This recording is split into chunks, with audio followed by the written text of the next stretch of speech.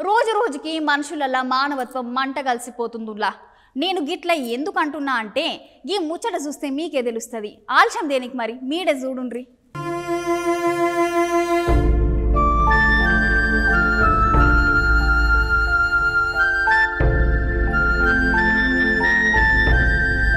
అవును, రోజు రోజుకి మనుషులలో మానవత్వం మంటగలిచిపోతున్నది.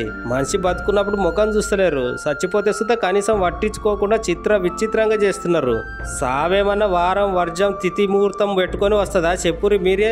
ముచ్చటేందంటే మహబాద్ జిల్లా కేసముద్రం విలేజ్ లా రంగోజు రుక్కం అనే ముసలామె సొంతులు లెక్క చాలా దినాల నుండి కిరాయి ఇంట్లోనే ఉంటున్నదంట. అయితే కొన్ని దినాల సంధి పానం బాలేక నిన్న రాత్రి జీవిడ్చిందంట పాపం.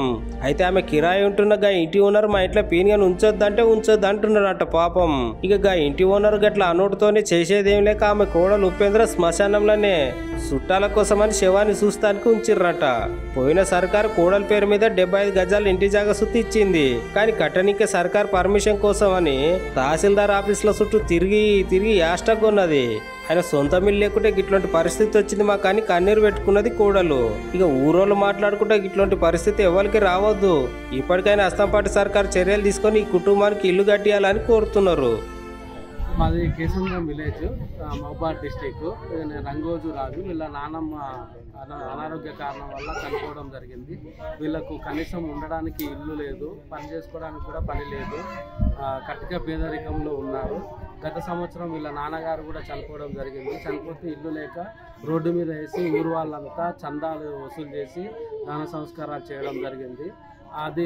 దాన్ని దృష్టిలో ఉంచుకొని గత ప్రభుత్వం వాళ్లకు జాగా ఇంటి పట్ట ఇవ్వడం జరిగింది. ఇది ఎంఆర్ఓ గారు ప్రభుత్వం ద్వారా ఆపడం జరిగింది. వాళ్లకు పేదరికంలో ఉన్నారు, ఇల్లు కట్టుకోవడానికి స్తోమత కూడా లేదు. అది కూడా గవర్నమెంట్ ఇవ్వాలని అంటున్నారు. కనీసం ఒక గుడి చేసుకొని అక్కడ ఇలాంటి కార్యక్రమాలు చేసుకుందామన్నా అడిగి రానియని పరిస్థితి ఉంది. కాబట్టి ఇది ప్రభుత్వం దృష్టికి తీసుకెళ్లి వీళ్లకు ఆ వెసులుబాటు కల్పించాలని కోరుతున్నాం.